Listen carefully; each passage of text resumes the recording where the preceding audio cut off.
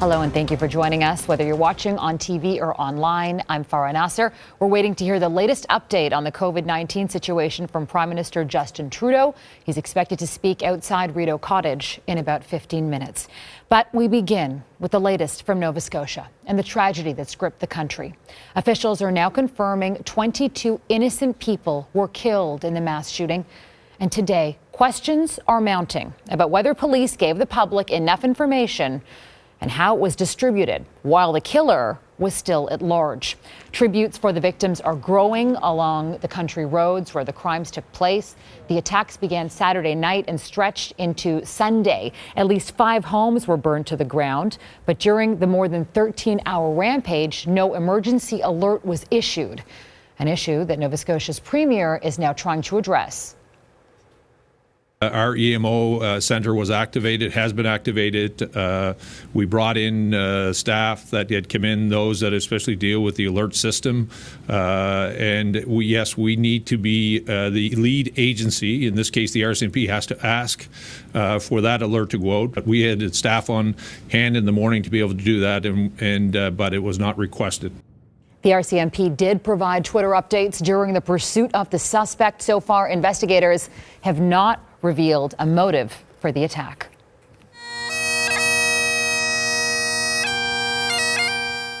Tributes to the 22 victims of the mass shooting are rolling out beyond Nova Scotia's borders. From province to province, this is the scene. Flags flying at half-staff and memorials are taking shape as Canadians join in grief with Nova Scotians. A virtual vigil is planned for this Friday in which all Canadians can take part. Now, while we wait to hear from the Prime Minister on the COVID-19 situation in Canada, let's take a look at the latest numbers of infections in this country and around the world. Globally first, there are now almost 2.6 million confirmed cases of the new coronavirus. In the United States, there are now well over 800,000 known infections and more than 45,000 deaths. In Canada, more than 1,800 people have lost their lives to this virus, and almost 40,000 people have tested positive. Taking a look at the numbers province by province now, there are more than 3,000 new cases in Alberta. Quebec, as you can see, it is still the Canadian hotspot for infections with almost 20,000 cases there. Ontario has more than 12,000 confirmed infections, and there is a bit of good news when you look at the Atlantic provinces because they've reported no new cases on Tuesday. Let's go right to our Ottawa bureau now. Mike LeCouture joins us. And Mike, you've learned what the Prime Minister is going to focus on today, and it's a group that's been asking for help for a while. Yeah, it's students and young people through all of the pillars and the planks that the government has put out there so far. This is where one of the gaps has been. And the government has tried to roll out these programs that cover as many people as possible and then fill in the gaps as they go along. It looks like students will get the attention today. And we're hearing that it's going to be a form of the CERB specifically for students. So the Canada Emergency Response Benefit. Don't forget that you would only qualify for that if you can prove that you lost work because of COVID-19 or that it was affected as a result of the pandemic. Of course, students who may have been in school before everything got shut down weren't able to do that. So it looks like this is where the government is going to go today, making sure that they're taken care of, because don't forget, as we get closer to the summer, this is when a lot of them would have been going into the job market, would have been trying to get some sort of employment. And the government is probably looking at this and saying, well, we understand that things will not return to normal. People will not have jobs. There will not be jobs out there for a lot of these students. So they needed to take care of them. And that's looks like where they're going to be going today. Unclear if it'll be the same amount as the CRB, which is $500 per week for up to 16 weeks. Probably a little bit under that, given expenses for students, possibly not as much as someone who's been working full time, but they will be taking care of students today. Okay, let's go across the country because the premiers are talking about reopening economies. Some are pushing away pressure to reopen economies. What could that look like, and what provinces do you think are going to do this first? Yeah, well, we're hearing that Scott Moe, the Premier of Saskatchewan, has an announcement later on today to talk about restarting the economy. Whether or not it's just a plan to get it going and sort of give people that light at the end of the tunnel that everybody's so desperately looking for right now, to know that, okay, at least all the work that we've done to stay inside and to stay physically distant from each other has paid off, and we will eventually get back to normal. But the Prime Minister has sort of looked at this and said, look, we need to make sure that provinces are making their own decisions. As you noted with the numbers there, with the Atlantic provinces seeing a flattening of the curve and seeing, almost no new cases in recent days, possibility of them maybe looking to reopen. There is definitely pressure on governments. I know that Quebec has been talking a lot about it, and as we saw the numbers in BC, it looks like they have flattened as well. So I think the governments right now are looking at this and saying, we need to start planning for this, because it seems like we have hit the peak. And as Dr. Theresa Tam, the Chief Medical Officer of Canada, said, you don't know you've hit it until you passed it. And so it looks like they've passed it. But at the same time, Farah, don't forget, governments have said, we need to make sure that if we're going to reopen, that we don't trigger another spike or a second wave. And when we do this, it'll be slowly. And unclear exactly what they'll be looking at. The thing that I keep talking about and that comes to mind is what Quebec did coming into this. And the week before that this massive shutdown happened, they made sure that in restaurants, they would only be open at half capacity so that you could maintain that 2 meters away from each other. Will that happen? Could that be a gradual ramp up of the economy and saying restaurants and places can open, but you need to maintain this physical distance and that kind of capacity? It's unclear yet, right. But it looks like Scott Moe will be giving at least some details later today. Yeah, and then you look at other countries that have opened things up where restaurants are full now, and we're seeing other cases come up. So, of course, we're watching that as well. Thanks for that. Thanks, Michael Couture. If you're just joining us right now, we are waiting to hear from the Prime Minister. He's going to give his daily address in about 10 minutes. So we're keeping an eye on Rideau Cottage right now. To another long-term care home in Ontario that's now confirmed multiple new deaths related to the COVID-19 outbreak. This facility is located in Pickering, which is just east of Toronto. Management there say there have been 31 fatalities linked to the virus, and more than 140 people who live or work in the building have tested positive. Management says every resident has now undergone a COVID-19 test, and results are expected within the next week. And while the conditions in many Ontario care homes seem dire, the situation is even worse in Quebec. At least 850 of the province's more than 1,000 deaths are linked to long-term care homes.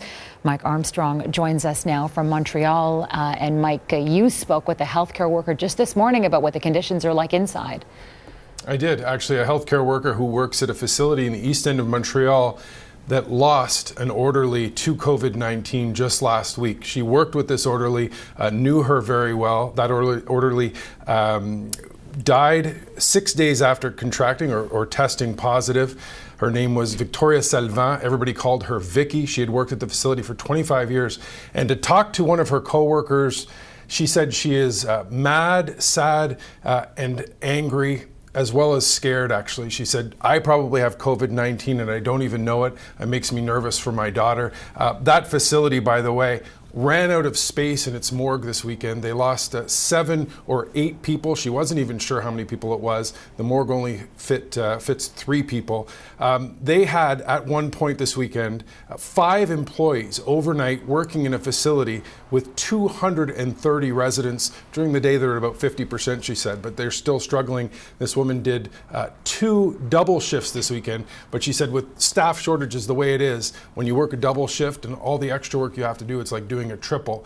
And that whole time you're working, Farah, by the way, the phone is ringing with family members trying to check on their loved ones, and that's just something you can't get to all those phone calls. It's impossible.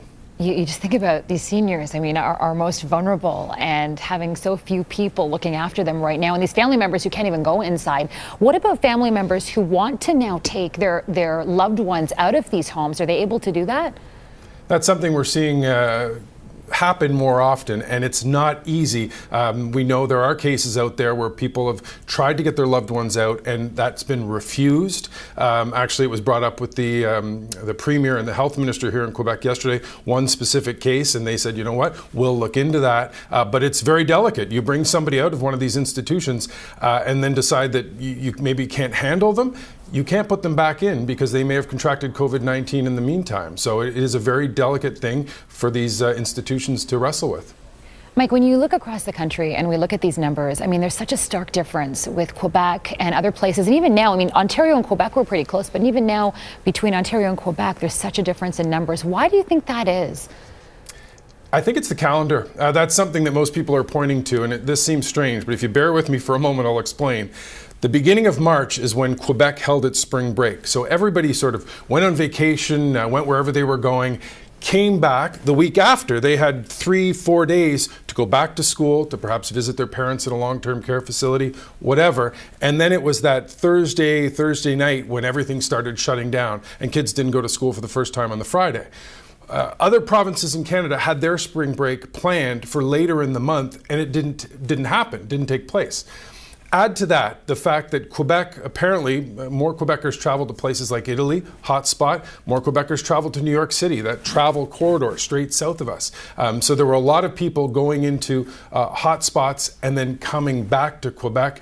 There's an Orthodox Jewish community north of Montreal that's been just hit extremely badly. And that's a group that had gone to New York City, several of them, and come back. And then that community was one of the first that had to be really, it's actually one of the only in Quebec that had to be really locked down with security guards at the entrances to the community, police officers helping those security guards. It's the proximity as well as the calendar that seem to be the reason Quebec's been so badly hit.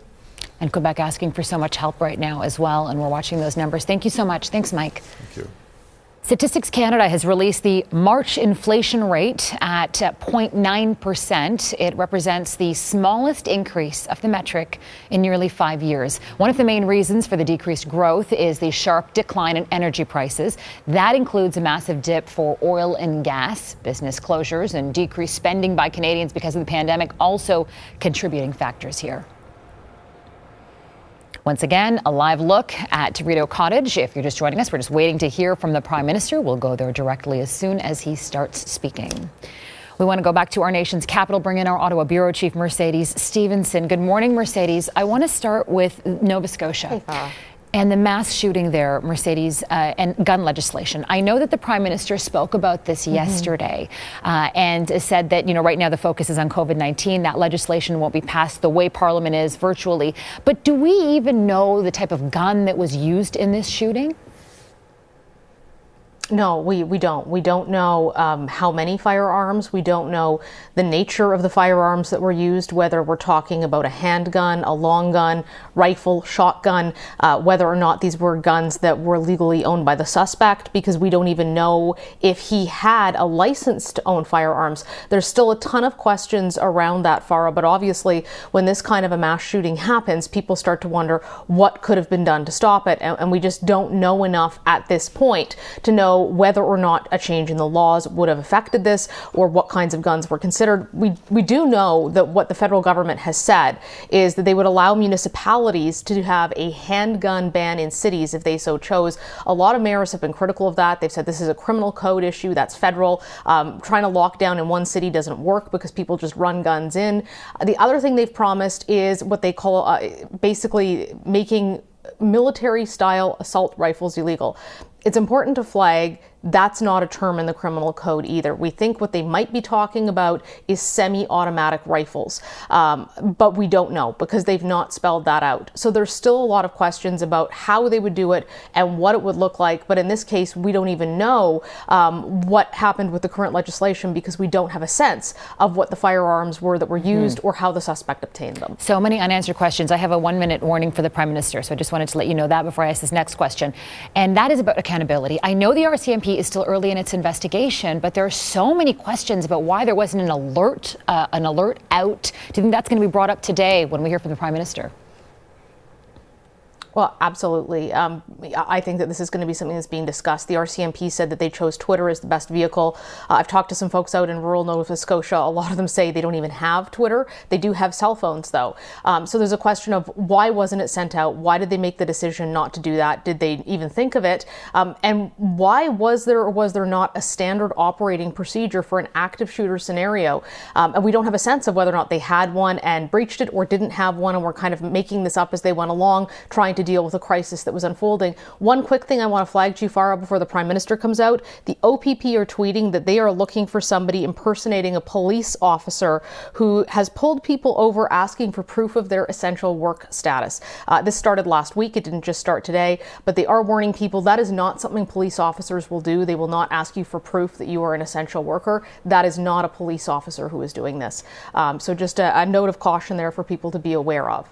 That's really interesting, given what we saw happen, and you know that it was 13 hours between the first calls for this and when this was over. So those 13 hours, there's so many questions right now in that time frame. While I have you, and before the Prime Minister comes out, I just wanted to quickly touch on oil prices, because of course they continue to hover around zero, and there's still a lot of calls for help from the feds, from Alberta's Premier. Yeah, I was saying that they need more money. I mean, oil futures are trading into negative prices at times. When your entire economy is built on the income from that industry, obviously it would be disastrous for Alberta. So far, we haven't had a sense that the government is keen to bail out the oil industry. They might look at a credit scenario. One of the things we've heard is that they might look at pairing money for big oil companies along with airline companies and manufacturing, because they are politically sensitive on this issue, given their environmental platform. So that's one way they might handle it going forward, Farah. Okay, thank you so much for that, Mercedes Stevenson from our Ottawa Bureau. And now here is Prime Minister Justin Trudeau. Bonjour à tous. Before I get started, I want to talk about the latest updates coming out of Nova Scotia. The RCMP has now confirmed that at least 22 people were killed in this weekend's terrible attacks. And we're learning more about those who were taken from us. We're seeing just how much each of them was loved. Again, I want to extend my deepest condolences to all friends and families of the victims. Know that Canada is standing with you. On sait maintenant qu'au moins 22 personnes ont perdu la vie dans la tragédie. We now know that at least 22 people lost their lives during this tragedy in Nova Scotia. We're learning more about the victims, and we see how they were loved by their family and their neighbors. I would like to wish my most sincere condolences to all in Nova Scotia. Incredibly difficult times. Canadians are reaching out to support each other. People are asking what they can do to help. I heard a great story of a young person here in Ottawa named Felix, who's one of those people putting up his hand. A recent engineering grad from Carleton. He'd been working on communications satellites. A few weeks ago, he talked to a local manufacturer about what they could do in the fight against COVID-19. Now, they've started designing and creating reusable face shields for frontline workers. And Felix isn't the only one stepping up. From coast to coast to coast, young people are pitching in and doing their part. So we're going to do the same for them. Many students are eligible for new programs we've brought in over the last few weeks.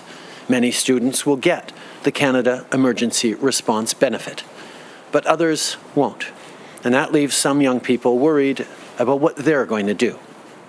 COVID-19 has meant that there aren't as many jobs out there for students. And without a job, it can be hard to pay for tuition or the day-to-day basics. You might normally have turned to your parents for help, but right now mom and dad are stretched too. And even if monthly bills aren't the concern, you may have been counting on the summer job for next year's tuition or to get the right experience for your career. As young people, what you're going through matters, and we want to make sure that you'll be okay. So today, I'm announcing our plan to support students right across the country. We're launching the Canada Emergency Student Benefit to provide immediate help. At the same time, we will create new student jobs and double student grants, among other things. All of these measures will add up to approximately $9 billion for students. For today, for the summer, for next year, we're going to be there for you. So let me start with the Canada Emergency Student Benefit. Right now, you might be worried about how to make ends meet. You probably can't work your normal job, and that might be a big problem for rent or for groceries. So we're bringing in the Canada Emergency Student Benefit to help. With this benefit, you'll get $1,250 a month from May to August. And if you take care of someone else or have a disability, that amount will go up to $1,750 each month. This benefit is designed for you if you're a post-secondary student right now, if you're going to college in September, or if you graduated in December 2019. It's there for you even if you have a job, but you're only making up to $1,000 a month. The period covered by the benefit will start on May 1st, and your payments will be delivered through the Canada Revenue Agency. We'll be working with opposition parties to move forward on legislation to put this new benefit in place. Aujourd'hui, on lance un plan de 9 milliards de dollars. Today we're launching a $9 billion program for students. We are implementing the Canada Emergency Student Benefit to help those going through hard times due to COVID-19. From May to August, you will receive $1,250 a month. And if you take care of another person or if you have a disability, you could receive up to $1,750 a month. This benefit will help you if you're studying right now, if you're going to school in September, or if you graduated in December 2019, you are eligible. And if you have a job, but you earn $1,000 or less per month, you are also eligible. Payments will be retroactive to May the 1st and will be paid through the Canada Revenue Agency. We will work with opposition parties so that the bill will be passed, allowing us to implement this new benefit. A lot of students. The month of May normally marks the start of a summer job, but right now it might be really tough to find something. You may have been looking for weeks without any success, so we're going to help. Our government is creating 76,000 jobs for young people, in addition to the Canada Summer Jobs Program. These placements will be in sectors that need an extra hand right now, or that are on the front lines of this pandemic. We're also going to be providing specific support for Indigenous students. And for student researchers and graduate students, we're going to invest over $291 million to extend scholarships, fellowships, and grants to make sure you can keep working. Depending on your funding, it'll be extended by either 3 or 4 months. Of course, a paying job isn't the only valuable way to spend your summer. Volunteering can be a fantastic way to build skills, make contacts, or just give back. If you're volunteering instead of working, we're going to make sure that you have support too. Students helping in the fight against COVID-19 this summer will soon be eligible for $1,000 to $5,000, depending on your hours, through the new Canada Student Service Grant. Your energy and your skills can do a lot of good right now. Si vous êtes étudiant, c'est difficile de trouver un job. If you're a student, it's very difficult to find a summer job due to COVID-19. Our government will create 76,000 new jobs for youth in sectors that require a hand or that contribute directly to our fight against COVID-19. These jobs will be in addition to the Canada Summer Jobs Program. We will also offer targeted support for Indigenous students. As for those who do research, we will invest over $291 million to extend their scholarships, fellowships, or grants by 3 or 4 months, allowing them to continue their work. We are also implementing the Canada Student Service Grant. If you decide to volunteer to help us in our fight against COVID-19 this summer, you could receive between $1,000 and $5,000, depending on the hours worked. We need your energy and your skills. It may be hard for the next little while, but we're going to support you through it. We're doubling the student grants that the government gives out for the 2020-21 school year. For students in Quebec, the Northwest Territories, and Nunavut, we will be providing funding to the provincial and territorial governments so that they can increase their financial aid programs.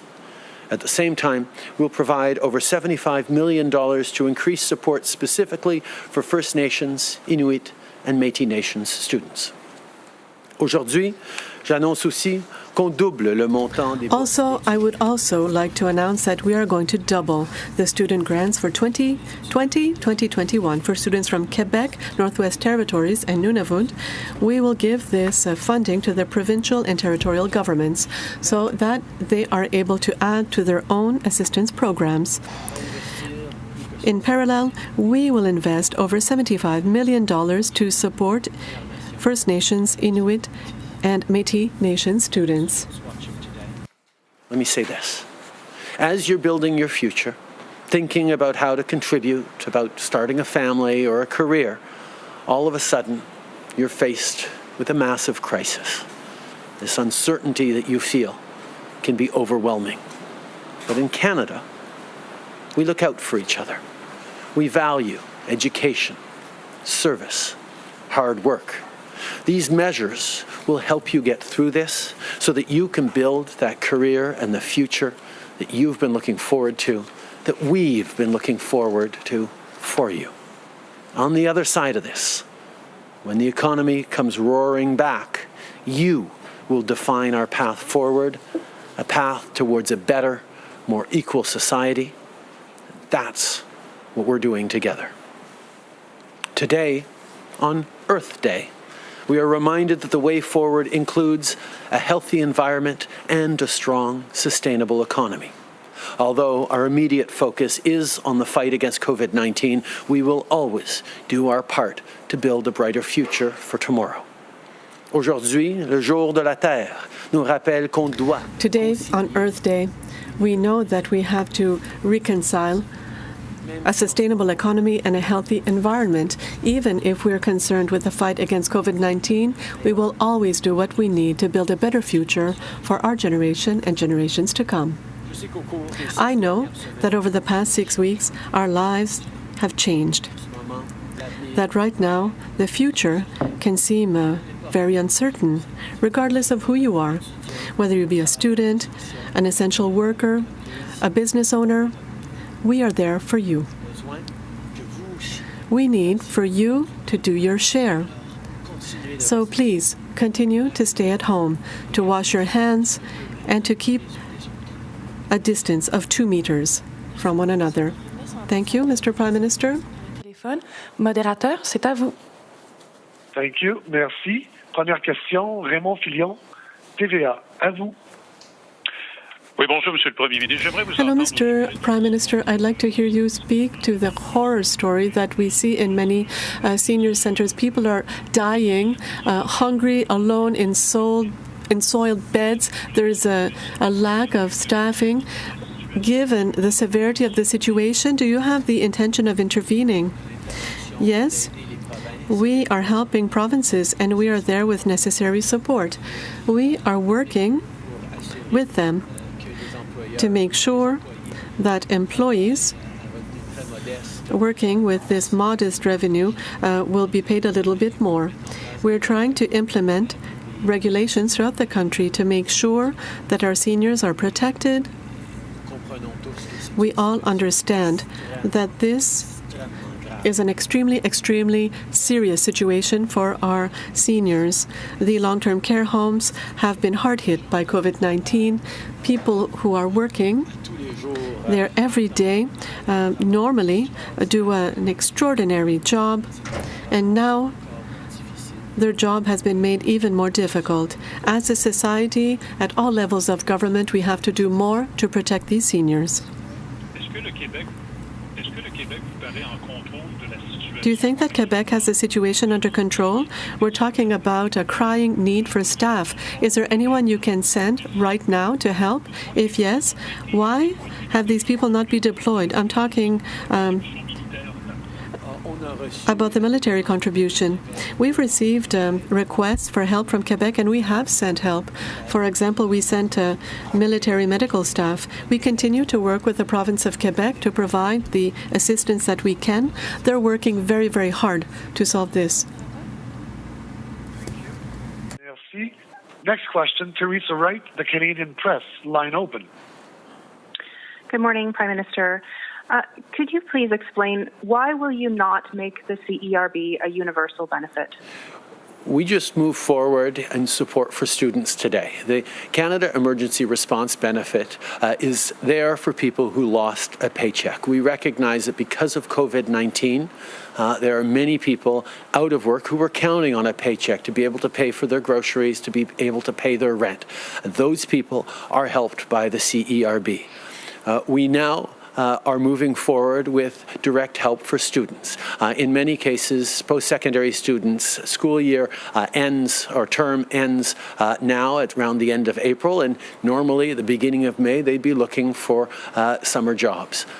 This is something that obviously is not going to happen the same way or as easily this year. That's why we're moving forward with the Canada Emergency Student Benefit that will help students who can't find a job. But on top of that, we're going to be helping students across the country by creating new jobs, by finding areas where young people can serve, can contribute, can get jobs. And if they volunteer, we're going to be rewarding them for volunteering as well.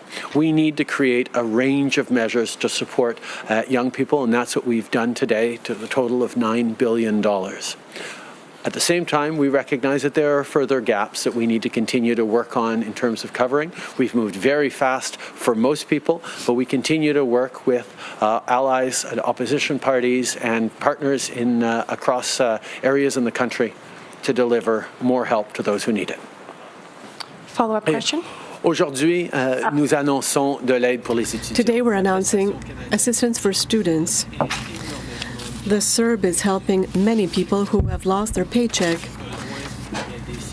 We needed to help these people. We also recognize that some students that are finishing up their term are seeking employment for summer jobs, and it will be very difficult for them to find a job. So this is why we're creating new jobs in sectors where they can be useful.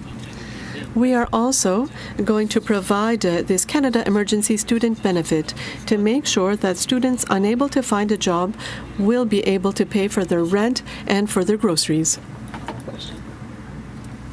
With all due respect, I don't believe you answered the question. We've heard many Canadians who are falling through the gaps. You've even said so yourself.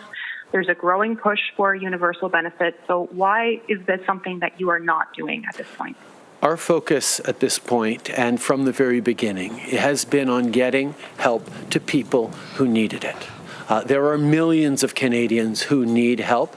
There are others who do not need help. And we feel that targeting the maximum amount of help to the people who needed it quickly was the right way to begin to get through this process. That's what we did with the Canada Emergency Response Benefit that is delivering that help to over 8 million Canadians already. We need to do more. That's why we're announcing the Canada Students Benefit. But our approach has been to give as much help as possible to the people who need it. That's why we took the approach that we did. Okay. Notre approche dans cette situation. Our approach during this crisis has always been to provide as much assistance as possible to those who need it. Millions of Canadians need the Canada Emergency Response Benefit and need the wage subsidy. So we try to deliver very quickly. There are some Canadians who do not require assistance right now.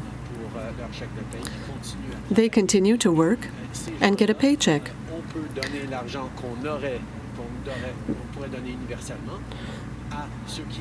We are trying to provide assistance to those who need it. We have to be there for each other, and we put the emphasis on those that required help immediately. Prochaine question, Marie Vastel, Le Devoir, à vous.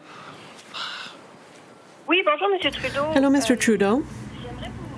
I would like to hear you speak to the border and lifting the quarantines in some provinces. Some provinces are saying that they want to open up their economy as quickly as possible. Are you comfortable with lifting the quarantine? You say that you want to allow a certain amount of flexibility with regards to the border with the U.S. Could you explain what you meant? For example, could provinces open up the border with the U.S. before the federal decree that keeps the border closed till May 21st?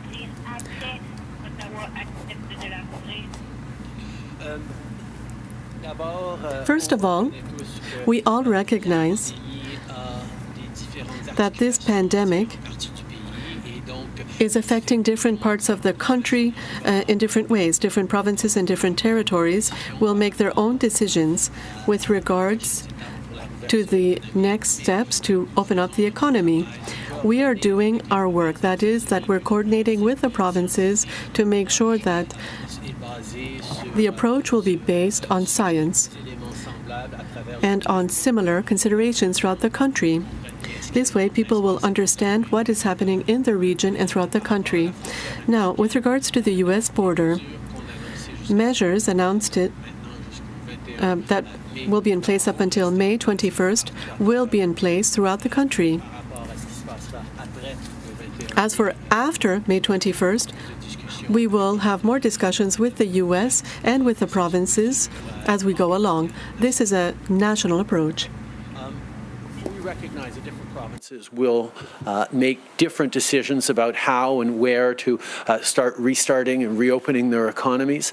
We are going to work to coordinate so that we're basing ourselves on shared values, principles, and scientific approaches right across the country. But yes, provinces will take their decisions that we will work to try and coordinate in a cohesive story for all Canadians.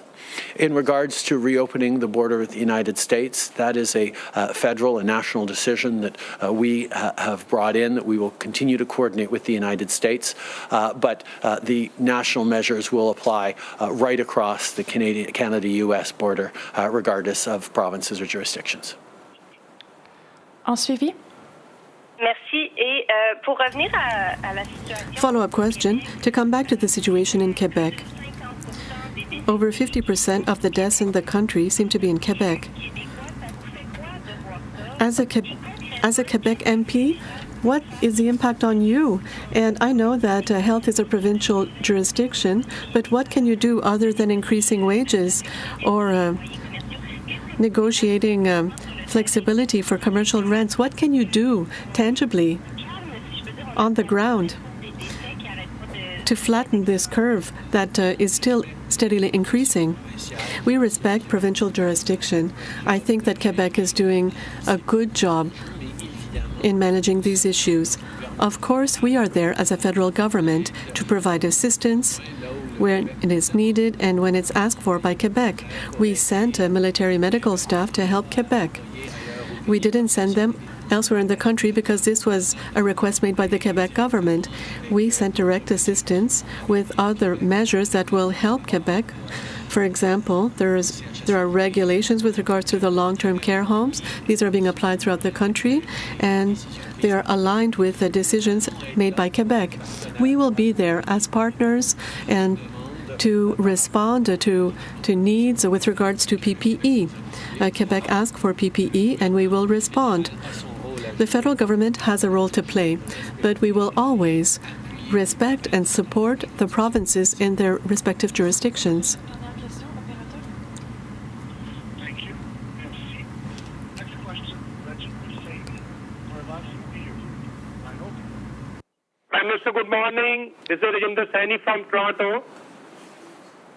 Prime Minister, last week government decided to decrease the lower limit of payroll to $20,000 to qualify for $40,000 loan. This is a welcome step, but still there are many small businesses like small restaurants, convenience stores, bakery shops, dry cleaners, who won't be able to get this benefit because of many reasons. There are businesses, these are businesses already struggling Now we have got a report today that in Toronto, 2/3 of these businesses won't be open after 3 months. What government is considering to help these businesses? We know that businesses, particularly small businesses, are facing an extremely difficult time through COVID-19. And we need to support these small businesses, not just because they are main drivers of our economy and of our employment right across the country, but because we need them to be in good shape when this COVID-19 crisis is through so that they can come back. That's why our focus has been on helping workers who lose a paycheck and people who lose their jobs with the Canada Workers Subsidy and the Canada Emergency Response Benefit. We also recognize that small businesses, including the smallest businesses, need help with access to credit, which is why we put in place a $40,000 loan with a $10,000 non-repayable element that is going to be helping small businesses significantly. As you said, we heard from some very small businesses that weren't qualifying when we had the threshold at 50,000, which is why we dropped it down to 20,000, which is the equivalent of a one full-time worker at minimum wage for the year. That was the threshold that we determined was right for small businesses. We recognize that there are other small businesses that are not getting the support they need because of particularities in their circumstances, and we are continuing to work with finance and with business associations to make sure that we're giving these small businesses the support they need, not just to get through this difficult time, but so to make sure that they come back strong at the end of it. On a follow-up? Prime Minister, Canadian government is doing its best to bring Canadians back home, but there are 20,000 Canadians stuck in India right now. Many of them are children, ailing seniors. Their families are worried about their well-being. They are frustrated that Canadian High Commission office in New Delhi has not been able to provide them timely help.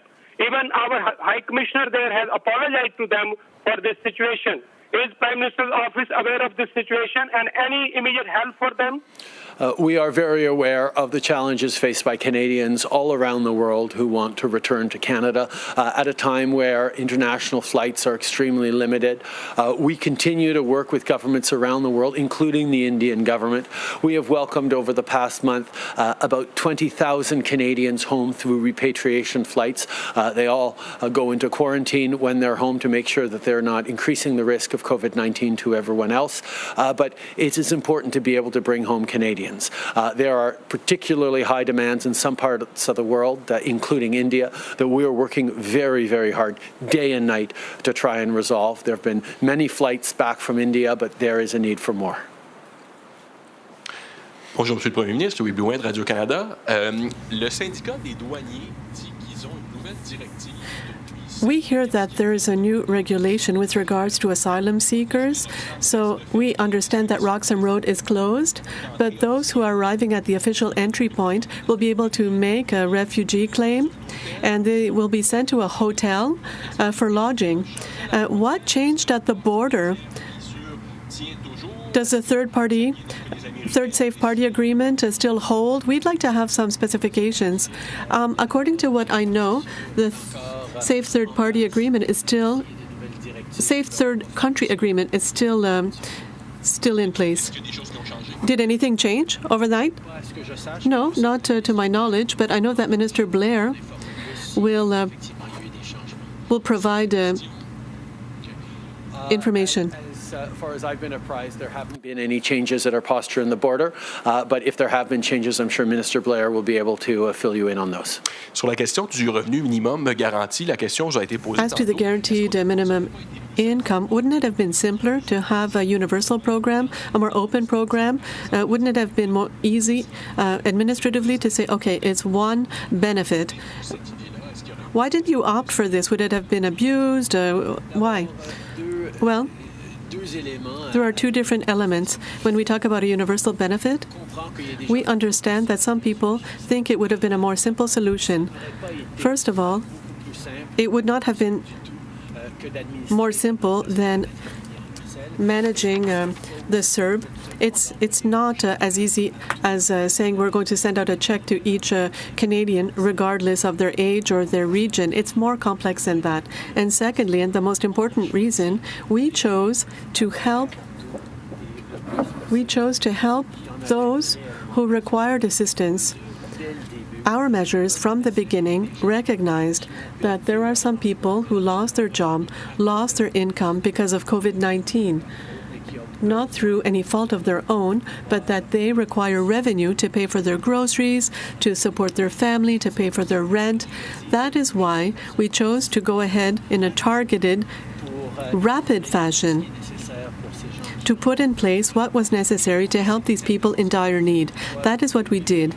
We see that over 8 million Canadians are now receiving the Canada Emergency Response Benefit, and we've just announced a benefit for students, and there will be other announcements to help other people as well.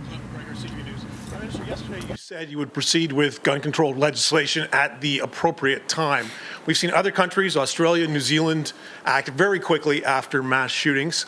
Why do you think this isn't the appropriate time? And do you not believe that Parliament can't deal, even in their limited form, with two pressing issues at the same time?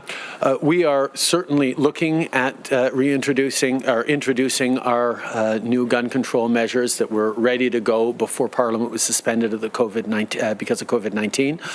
The rules around the unanimous consent motion that governs the return of Parliament in a reduced state specifically state that we need to only introduce measures that are related to COVID-19, but we will certainly be seeing with other parties if there is an appetite to move more quickly given the measures in place, given the tragedy that we just had. Nous étions presque prêts à introduire nos mesures de contrôle des armes. We were nearly ready to introduce our new measures with regards to gun control, and we are prepared to go ahead with these. The conditions, though, for the Parliament to sit in a limited fashion right now do require that the bills that are tabled only have to do with measures to fight against COVID-19. We are open with discussing with other parties to see if there's an appetite to go ahead more quickly, even during this period of crisis, to tighten up gun control measures. Things that have been done in other countries, particularly Australia after the Port Arthur massacre in 1996. Are you willing now to revisit the measures that are before Parliament and strengthen them, particularly with regard to ownership of restricted weapons like handguns and certain kinds of semi-automatic rifles?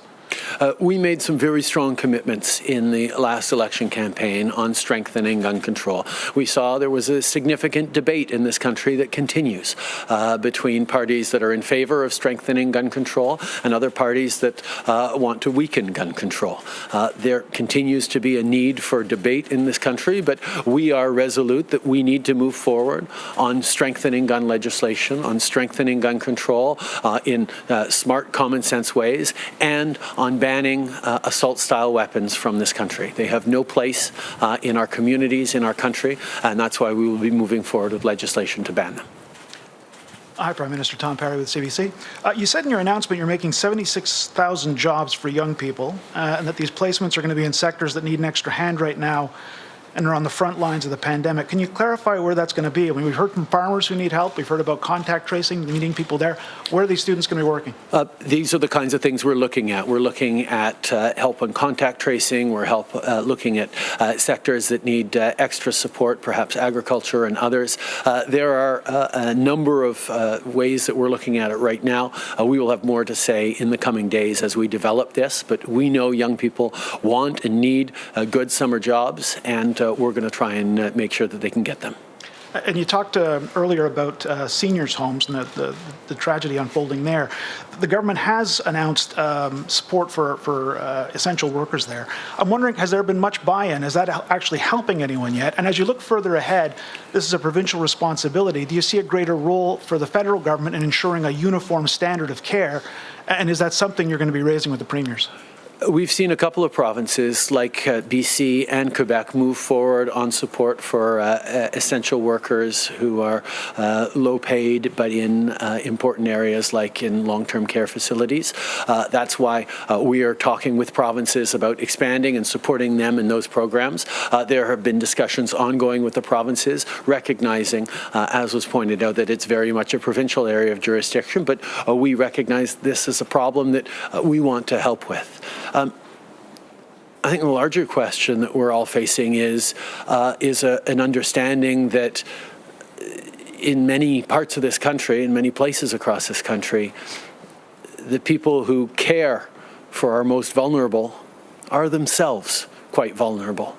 And I think we need to have a reflection as we get through this crisis and certainly after it on how we ensure that the people who are taking care of our most vulnerable are not themselves vulnerable. Je pense que, évidemment, on est en train de travailler avec les provinces. We are working with provinces to provide assistance in different types of ways, including in long-term care homes. But there is a reflection that we're going to have on, as a country, we have to make sure that the most vulnerable are not helped by people that are very vulnerable themselves. We need to make sure that those who are doing this work that is so important, that are caring for our seniors, are caring for very vulnerable people, are not themselves very vulnerable economically. On seniors, there have been a number of announcements today for students, previously for businesses, etc. I'm wondering specifically in terms of seniors and recently retired people who have lost all their savings or substantial amount of savings due to COVID-19, will there be help for them? Yes, there is help coming for seniors. We recognize that the first priority was getting income replacements to people who had lost their incomes, lost their jobs. That's what we did with the Canada Emergency Response Benefit and with the wage subsidy. Now, as the school year comes to an end in April for university students, we're moving forward with support for university students because they are going to need help in finding a job and getting income replacement at a time where they were going to be counting on money to help them pay rent, pay groceries. At the same time, even though many seniors continue to have the same fixed income they had from the government, from pensions, there are concerns both about their long-term savings, which is why we made changes on the RRIF withdrawals, but we also recognize that the cost of living has gone up for seniors as they are facing challenges because COVID-19 targets seniors to a greater degree. So we're working right now on measures for seniors. I want to thank the other parties who have made excellent suggestions, and we will have more to announce in the coming days. Okay. Nous avons priorisé notre réponse pour ceux qui ont perdu. Our response was, first of all, for those who lost their paycheck with the CERB, with the wage subsidy. We are helping those who needed help from the beginning in this COVID-19 crisis. Today, we're announcing, because we're now at the end of the academic year for post-secondary students, we want to provide them assistance because it will be very difficult for them to find a summer job in May. We are therefore announcing the Canada Emergency Student Benefit. We will also provide help to seniors. We've taken some steps to help seniors, but we will do more, and we will have announcements in the days to come. That happened over the weekend in Nova Scotia. I'm wondering if your government is looking at introducing federal guidelines for how to deal with an active shooter. I think there are many families that are grieving incredible losses right now who are asking themselves questions about how things could have been different, how they might have been able to have been warned earlier. Those are extremely important questions that I know will be addressed through the investigation and through the conclusions. We need to make sure we're doing everything we can every step of the way to protect citizens in any circumstances. And I know those are things that we will be reflecting on and talking about as a country in the coming years, in the coming days and weeks. Merci. Merci, c'est ce qui m'a fait la conférence de presse d'aujourd'hui. That is Prime Minister Justin Trudeau with his daily address. And one of the last questions that you heard was from a Global News producer, Janet Silver. I want to bring in Michael Couture and Mercedes Stevenson about that, because one of the questions we're getting asked by a lot of our viewers who are seniors is about their savings and their savings being in jeopardy during this very difficult time. Mercedes, I'll start with you. He says something is on the way there. I know we heard about the students, the $9 billion for students, which also was more than expected.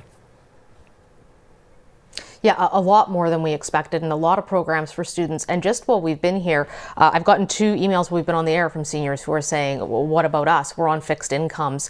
A lot of people are relying on the OAC and the CPP, the Canada Pension Plan, to get them through. And it simply is not enough money. They're saying they've seen price increases. They're afraid to get on things like public transit now because of COVID-19. That means potentially taxis. That's more money. Concerns about whether or not care workers are still going to be able to come into their homes to assist them, those personal support workers for the elderly. So he's promising something. We still don't know what and when, but apparently that is coming. But Farah, you're right. It's something I don't think I've had one day go by without getting viewer email about this from seniors who are concerned, and especially those who put their money into the stock market, who don't have a pension. And that's where the money is coming from primarily because, as you know, it crashed. And now they're really worried about their future and how long it could take to come back. And they're not young and working and have time to wait for that. Right, absolutely. Thanks, Mercedes. Now, Mike, one of the things that the NDP was asking for was the CERB. Just why not make it universal? The Prime Minister was asked about that again today, and he didn't really answer. Yeah, didn't. Said that basically, look, we wanted to target the people that we thought needed it, essentially saying we didn't want to write checks to everyone. And then as the NDP had said, look, get CRA next tax season to go and get the money back from people and sort out the details. It's interesting, though, as soon as I saw this announcement coming, I started texting a source that I have at the NDP, and they said another complicated program that leaves out more people. And so clearly they're not terribly happy about it. Because this requires legislation to pass in the House of Commons, ostensibly next week when it meets on Wednesday, then you would have to think, though, that the NDP would possibly begrudgingly vote with this or for this, or there may be negotiations leading up to when it's finally presented and tabled in the House of Commons to try and give it a bit more of a boost. But again, from the NDP, they think that it should just be CERB for all, and then we sort it out afterwards. The Prime Minister clearly thinks that, look, if you're working, you shouldn't have to or shouldn't want to apply for this, and trying to dissuade that. One of the other things that I think when you discuss it with people who are in political circles is that more than likely this government looked at this wave coming and thought, okay, we need to go after the people that need it first, and possibly didn't think that it would either last this long or that it would be this massive. We've heard stories about the intelligence that was coming and that, that they possibly didn't know or didn't realize that it would last this long. The fact that students have been left until now to be taken care of and seniors possibly later, maybe an indication that the thinking inside the government was maybe that, student summer jobs would still be there and that would get the economy going again by the time summer rolls around. Now that we see that that's not coming, now they're taking a look at this special student benefit, which again, I'm hearing, from sources, they're saying, look, this is not good enough. So it'll be interesting to see how this lands in the House of Commons when it is finally presented as a motion and as legislation, whether or not it will get support. Speaking of the House of Commons, we also heard about the legislation in terms of gun control legislation. And the Prime Minister said, if there's an appetite from other parties, that could be a different thing. But right now, the way the rules are, it's only discussions about COVID-19 related items, Mercedes. I mean, if this debate was to happen, it would be a lengthy one, the gun control one. Lengthy and passionate. And frankly, we don't really have a sense of what exactly the government is looking at proposing. We know what was in their platform during the election, which was the ban on what they call military assault style rifles. that's not a term that's clear on either the function or look of a gun, so they'll have to be much more specific about what exactly that means. Also, potential handgun bans in cities, but they haven't said, following the firearms consultation that they carried on for a few months, what their decisions were coming out of that. So we still really don't have a sense of what they would be proposing and whether or not it would have helped or not in the tragedy out in Nova Scotia. Okay. Mike and Mercedes, thank you so much for your valuable insight, as always. Here is a quick recap of what the Prime Minister announced today. So he promised more help is coming for seniors. We still don't know what that's going to look like, but we are on top of it here on Global News, asking those questions. The Prime Minister, though, did announce the government is allocating $9 billion to help students and young people. That's going to come from May to August. And here's how it's going to look. Students are going to receive $1,250 a month, even more if you're looking after someone or living with a disability. Trudeau also said the government is creating 76,000 jobs for young Canadians, and that's in addition to the Canada Summer Jobs Program. Students helping in the fight against COVID-19 this summer will now receive anywhere from $1,000 to $5,000 from this federal government. And who qualifies for that $9 billion emergency program for students? Well, you have to be a post-secondary student right now, going to college in September, or if you graduated in December of 2019, you also qualify. Or if you're making less than $1,000 right now, you can also apply, but you can't have that benefit and the CERB. You can find full details on our website, globalnews.ca, and we will, of course, have a full wrap-up on all of this on Global National. I'm Farah Nasser. Thanks so much for watching. We now return you to your regularly scheduled programming.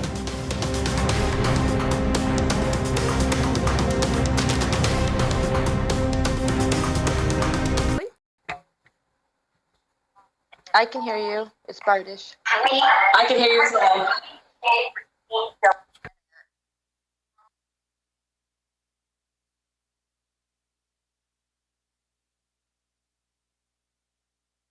Testing English line.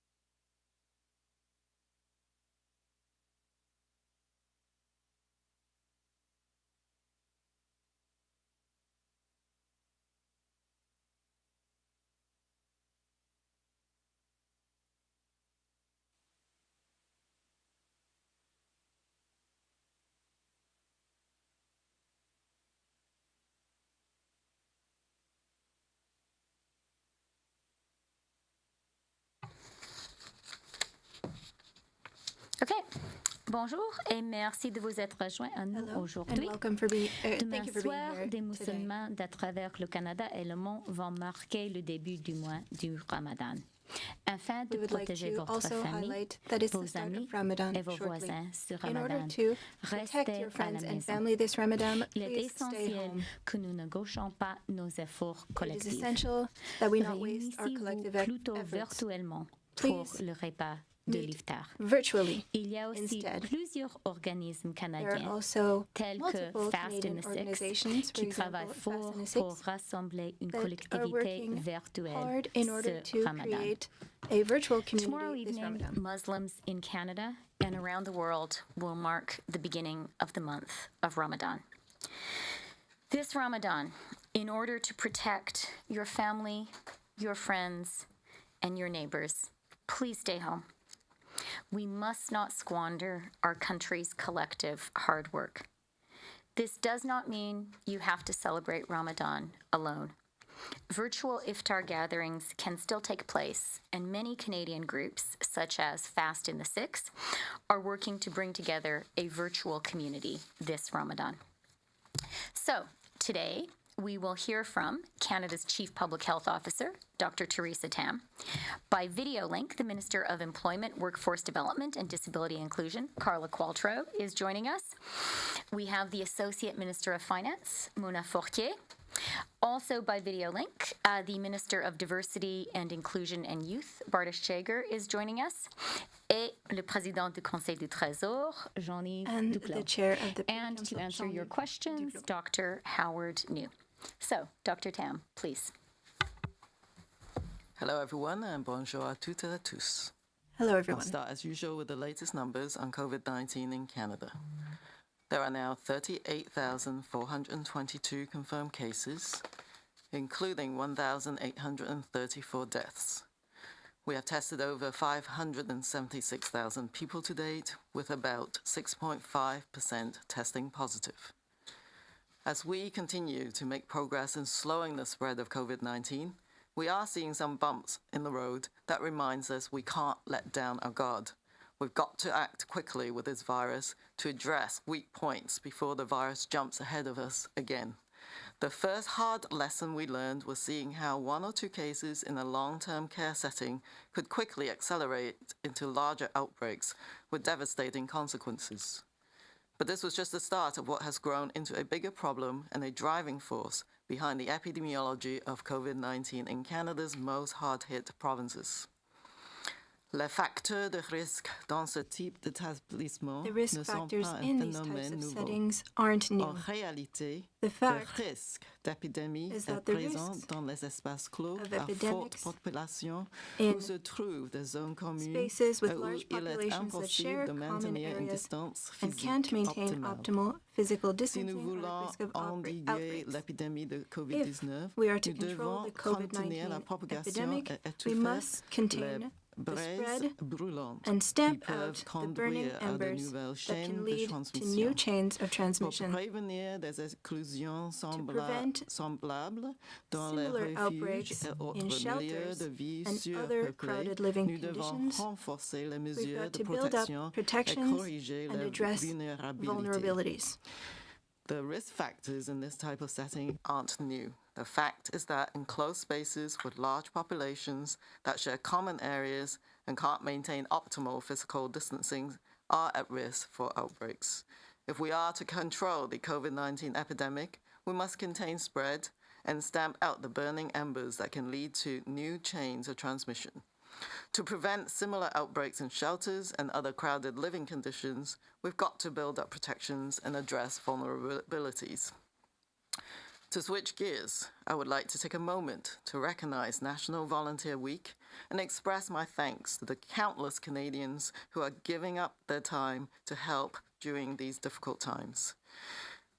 Whether you are reaching out by getting groceries or medicines for our elders, putting together hygiene kits for people experiencing homelessness, finding new ways to keep vulnerable populations involved in programming or providing care packages and support to essential workers on the road and on the front lines, your support and kindness matter. providing much needed care to sustain our spirits and shared humanity. Thank you. Thank you, Dr. Tam. And now we will hear from the Minister of Employment, Workforce Development and Disability Inclusion, Carla Qualtrough. Carla, please. Thank you. Hello, bonjour. Our government continues to take unprecedented action to support all Canadians affected by COVID-19.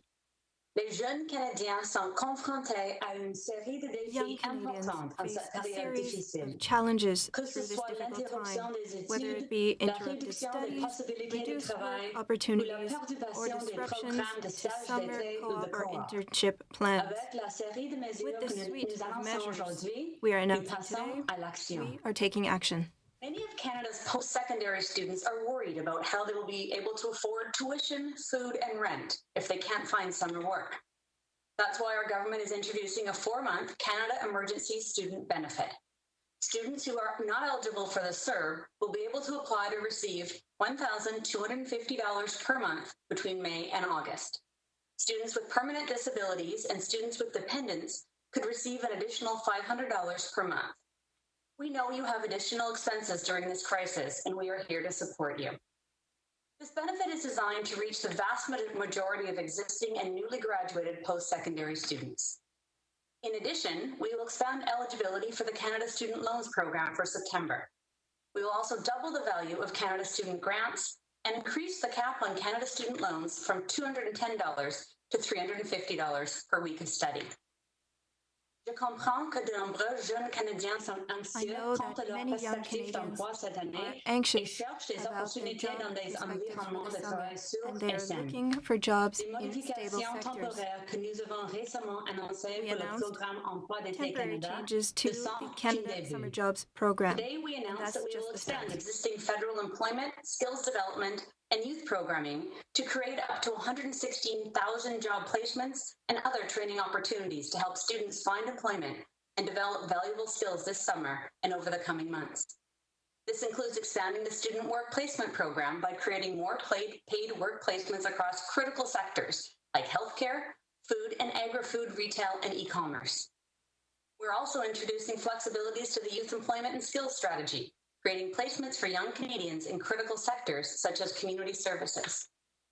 And we are investing in bringing important wraparound services online through the Support for Student Learning program, services like mentoring and tutoring for vulnerable young people to make sure that they are not further marginalized by COVID-19. Nous espérons que ces mesures et d'autres prises dans le cadre du plan de réponse économique de COVID-19 du Canada aideront les jeunes à faire face aux conséquences économiques négatives de cette pandémie, tout en assurant leur santé et leur sécurité. Thank you. Merci. Okay, thank you, Carla. And now we'll hear from the Associate Minister of Finance, Mona Fourquier. Mona, s'il vous plaît. Merci. Alors que les Canadiens prennent des mesures dans la lutte contre la COVID-19, nous reconnaissons que de nombreux jeunes Canadiens font face à un défi sans précédent. Our message to students and youth is simple. We have your back.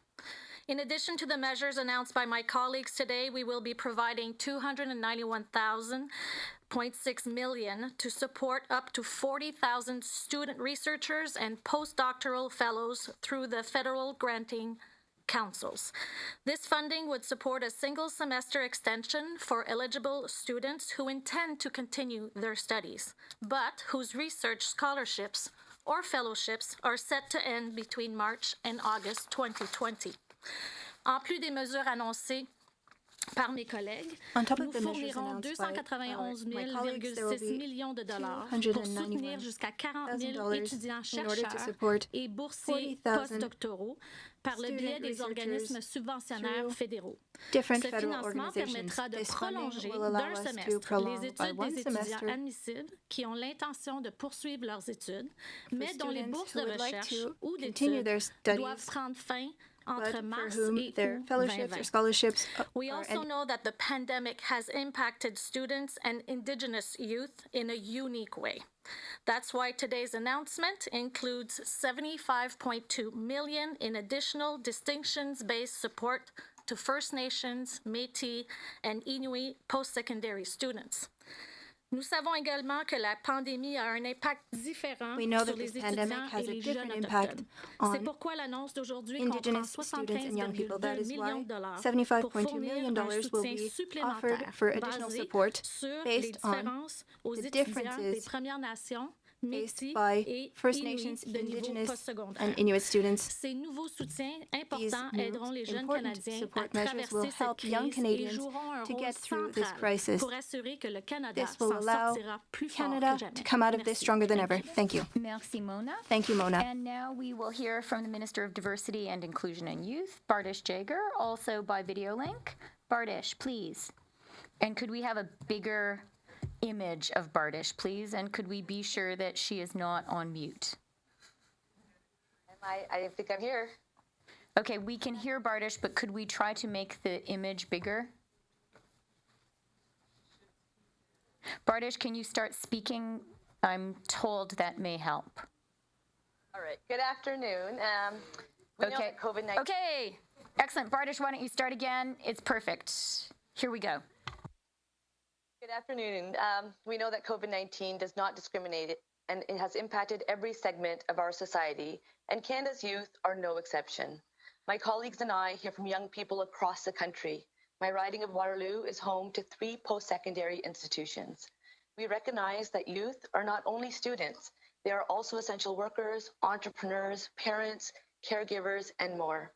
Les jeunes ont des préoccupations incluant la Young people have sécurité concerns financière which include et financial alimentaire, stability and food l'expérience stability, professionnelle et les professional perspectives experience d'emploi, and le job logement et le perspectives, bien-être housing, personnel and et personal communautaire. well-being and Today, community we're well-being. announcing new supports and enhancements to programs such as the Canada Service Corps. This program is designed to connect young people aged 15 to 30 with opportunities to serve.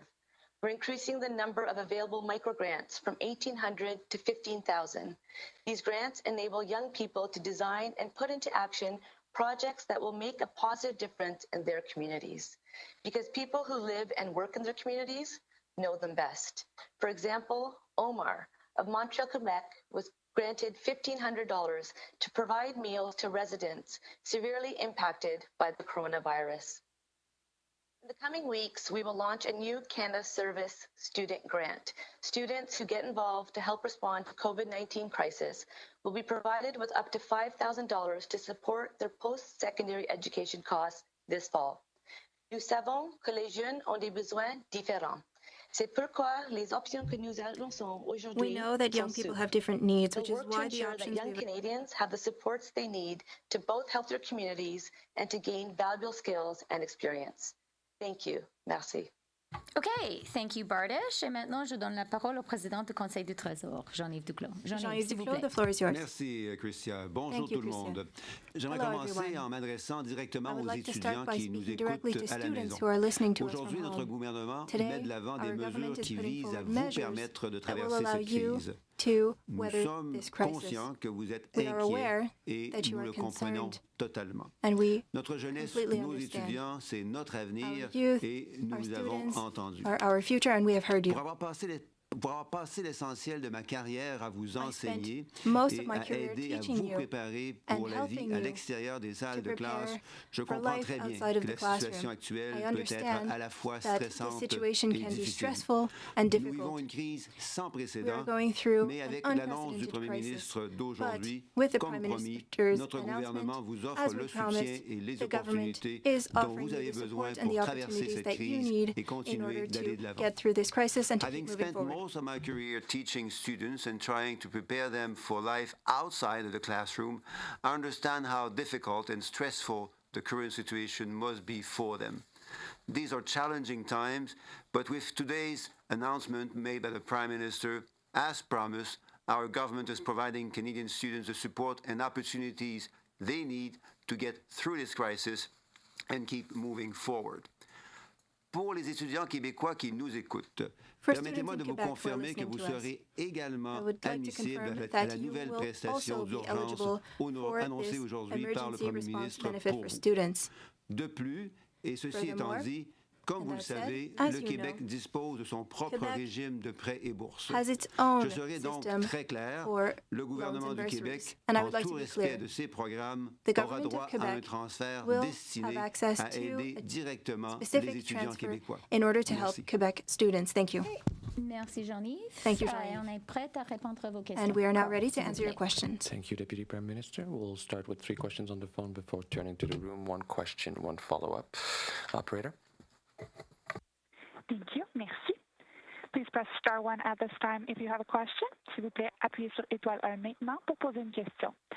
The first question, la première question, est de Marie Vastel du Devoir. Please go ahead. À vous la parole. Oui, bonjour. Ma question, je ne sais pas si c'est pour M. Duclos ou Mme Quattro. Mme Quattro, can I ask it in French and if you need to, you answer in English? Je pense que oui, Carla parle très bien français. I think that's fine. Carla speaks French very well. Donc, sur les mesures annoncées aujourd'hui Regarding the pour les measures that were étudiants, vous announced today for indiquez que students, la prestation pour les stated étudiants va that s'appliquer this à ceux benefit qui will commenceraient apply leurs to études en those who septembre. would be starting their studies in Est-ce que ça September. inclut les I would like étudiants to de ask, does secondaire this 5, par exemple, qui include entreraient au secondary cégep 5 en septembre? students who would be Et entering est-ce que ça CEGEP inclut in les gens qui September? ont And does this peut-être also include interrompu people leurs who études, donc qui may have peut-être taken a ne break sont pas from à their l'école studies, depuis 1 so an, who mais haven't qui been entament studying une in maîtrise the ou past un year, but who baccalauréat would be en septembre? starting Est-ce que ça a s'applique à bachelor's eux degree or a aussi? master's degree in September? Does it apply to them as well? Carla, s'il vous plaît. Carla? Bonjour. La réponse à vos 2 questions, c'est oui. Si vous entrez... Oh, bonjour. La réponse à vos 2 questions, c'est oui. Si vous entrez à Cégep au mois de septembre, ça qualifie. Si au moins que quelqu'un commence ou continue leurs études au mois de septembre, ils sont éligibles. Studies in September, they are eligible. Merci. Perfect, thank you. Sur la compensation And pour le Québec, le communiqué de now, presse dit que the vous press conference doublez stated that you would le be budget pour les bourses doubling étudiantes et que le budgets Québec sera for compensé. grants for Est-ce qu'on peut students and savoir Quebec would be combien d'argent le compensated. Québec How much recevrait money pour would Quebec be offrir sa receiving propre version in de order cette to aide-là? offer its own financial assistance to Carla, est-ce que tu students? veux répondre aux Jean-Yves? Carla or Jean-Yves, who would like to Je n'ai respond? pas exactement le montant, mais je peux vous I don't assurer have que the ça va exact être amount, équitable. but Ça va I can doubler assure le you that it montant will des be bourses fair. et aussi It will des double loans. grants Alors, on and va loan avoir amounts. ces discussions avec We will be Québec having et these les autres discussions provinces with qui Quebec n'utilisent pas notre and système. with the other Mais provinces that are not using absolument, our le system. nombre va être But doublé et absolutely, équitable. this number will be doubled and fair. Thank you. Merci. Thank you. Next question. The next question, la prochaine question, est de Raymond Filion de TVA. Please go ahead. À vous la parole. Oui, bonjour. Le syndicat des douanes dit qu'à compter d'aujourd'hui, les migrants irréguliers peuvent passer par les postes frontaliers comme l'ACOL. La question a été posée au premier ministre tout à l'heure. Il n'avait pas d'informations. Alors, je pose la question peut-être à Mme Freeland ou M. Duclos. The Prime Minister was not Est-ce able to exact? answer Et my si question oui, this pourquoi morning. ce changement? Can you talk about these changes to the regulations? Je peux vous donner les informations que j'ai. The information that I have. Que, on a réglé, on a renouvelé l'accord qu'on a avec les États-Unis pour encore 30 jours, l'accord sur la frontière. Cet accord nous donne une restriction à tous les voyageurs qui font des voyages qui ne sont pas essentiels à cause de COVID-19, à cause de la réalité qu'au Canada et aux États-Unis, on a pris la bonne décision que rester à la maison, c'est la manière dans laquelle on peut garder la santé et les vies de nos citoyens. Cet accord, comme vous savez, inclut un accord entre le Canada et les États-Unis que le Canada peut rediriger vers les États-Unis les demandeurs d'asile. Je veux vous assurer que faire cet accord avec les États-Unis, le Canada continuera de suivre toutes ses obligations internationales. Maintain all of its international obligations. Raymond? Mais vous aviez dit que les migrants seraient redirigés vers les États-Unis parce que ce ne sont pas des voyageurs essentiels. Est-ce que vous les refoulez à nouveau vers les États-Unis ou est-ce qu'ils sont accueillis au Canada maintenant? Je ne comprends pas tout à fait votre réponse. Est-ce que ça a changé, oui ou non? Non, la position du Canada et les actions du Canada n'ont pas changé. Et je veux aussi être très clair que le Canada prend au sérieux nos engagements internationaux concernant le traitement des réfugiés, incluant nos engagements concernant le refoulement. Et nous sommes, je peux vous assurer tous les Canadiens que cet accord que nous avons avec les États-Unis concernant le fait qu'on redirige les demandeurs d'asile ne nous met pas en conflit avec nos obligations de ne pas avoir le refoulement. Oui, c'est ça. Merci, Madame la Vice-Première ministre. Prochaine question au téléphone. Next question on the phone. Thank you. The next question, la prochaine question, est de Lima Dib de la Presse canadienne. Please go ahead. À vous la parole. Oui, bonjour. D'abord, une question de précision à propos de l'aide aux étudiants. Est-ce que cette aide va être accessible aux étudiants canadiens qui sont à l'étranger ou seulement ceux qui sont au Canada? Et pourquoi vous avez décidé $1,250?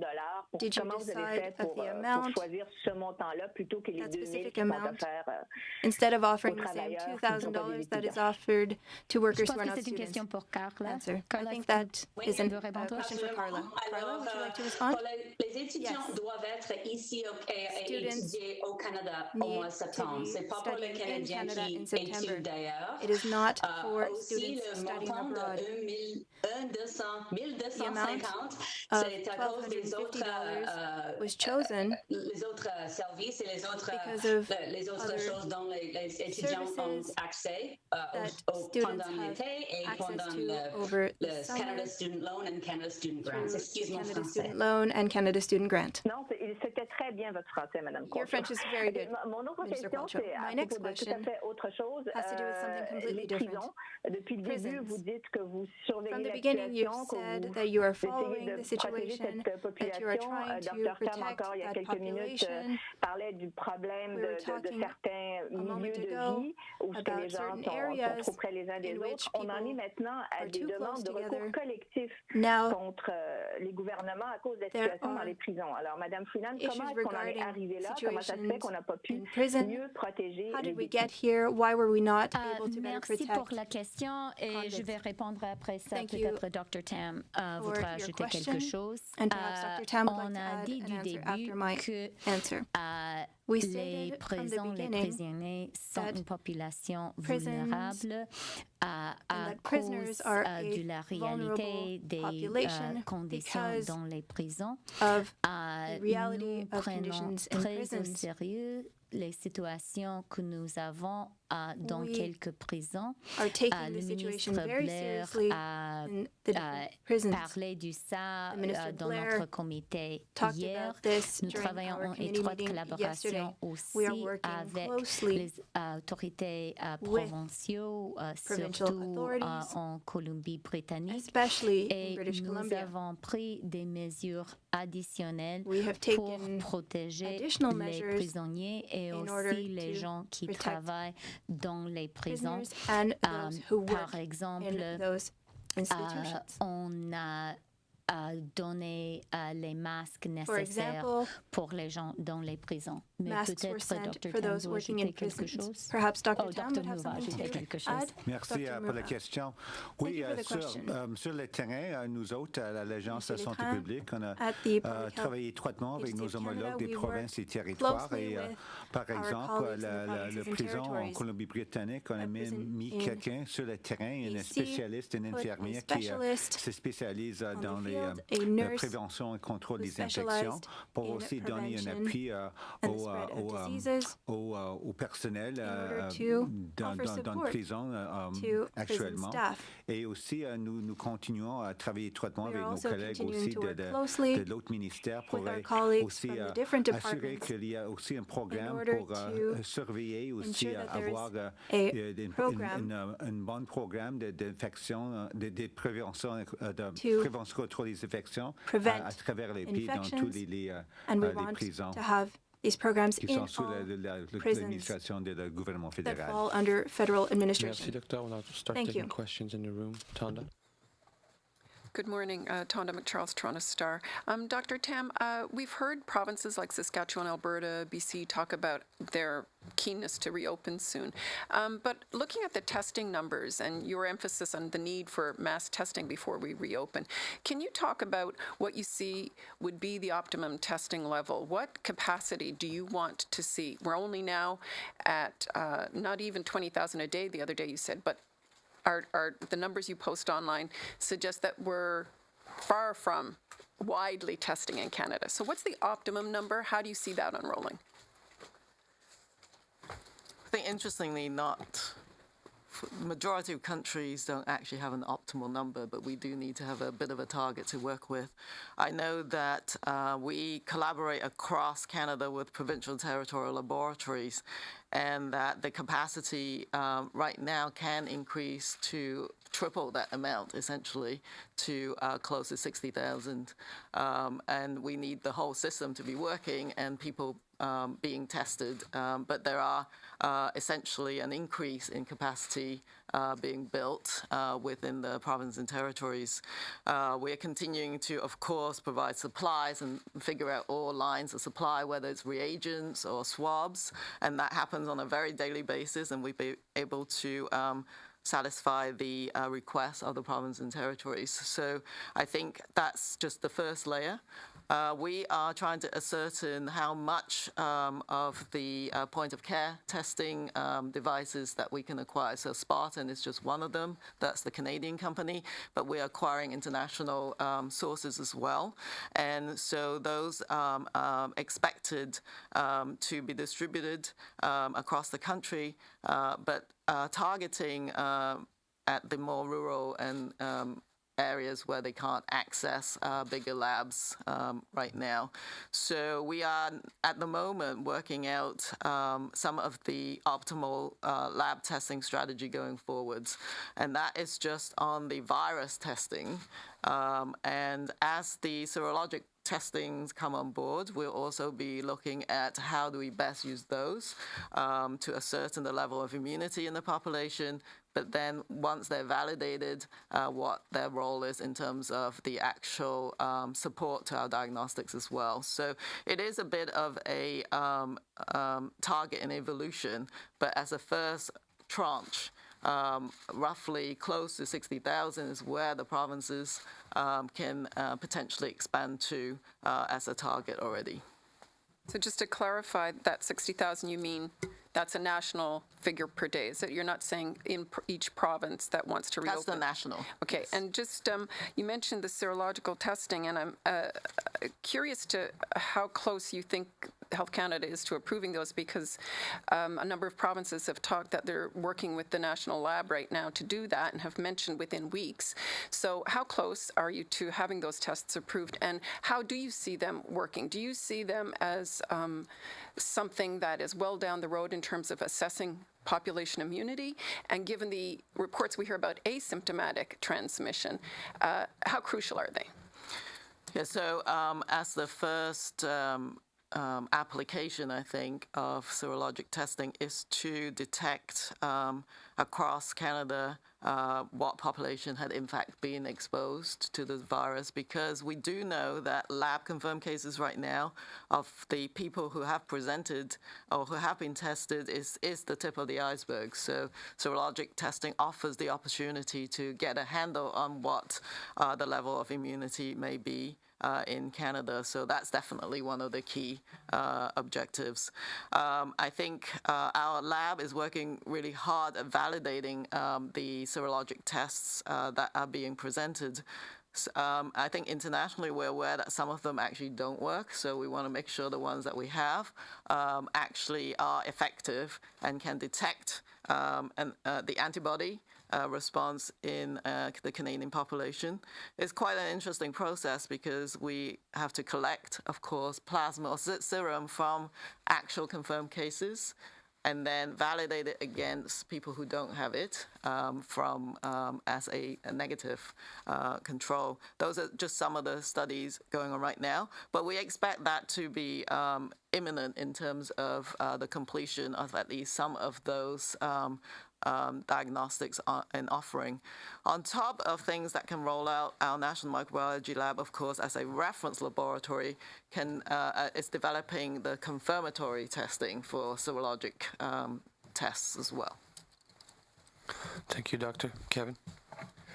This question's for Dr. Tam, sort of following up on that, with Premier Ford saying today that there's a goal to reopen Ontario's economy around the May long weekend. With all of the modeling data, knowledge about our capacity for testing, and other figures that you're looking at right now, Dr. Tam, is it perhaps premature to be putting dates on when the economy can reopen? And are you at all concerned that premiers are starting to put goals into when this can happen? Is this the right time to do it? Well, I think every province and territory sees with the planning to look at the right conditions or timing to look at what kind of public health measures can be eased off a bit. I think, as I've said, that we have to tread very carefully at this point. I don't think anyone is not heeding that advice from a public health perspective, is that we need to see past the peak and then to come down the other side of the curve very carefully. And anything can happen in any given day. So I think it is something that the provinces are re-evaluating all the time. But the other work that I am doing with the Special Advisory Committee of the Chief Medical Officers of Health is looking at some of the criteria from a health perspective as to what those indicators might be in order to assist in some of those decisions. Can you elaborate on that then? So what are the criteria? I mean, is it too soon to be putting a date on when to reopen the economy? First off, was my question. And what are these criteria that you're dealing with when you're talking with chief public health officers around the country in terms of evaluating when it's appropriate to release or reduce some of these public health measures? Well, some of the criteria are fairly technical, but essentially we want to make sure that you're right at the bottom of that epidemic curve. So indications including things like hospitalizations, the cases reported every day, some of the reproduction numbers, for example. That's actually some of the type of things under discussion. But there's also other criteria in terms of ensuring that the health system is ready to absorb more cases should that occur, and that any outbreaks, in fact, of whether they be at long-term care facilities or others, are rapidly managed. So some of the approaches from a public health perspective is to make sure those kind of measures are in place. And so that's actually under active discussion, and we will be working really, really hard at that, recognizing where we're at in the epidemic in Canada, but do not let go of what we're doing now. That's I think the most important message.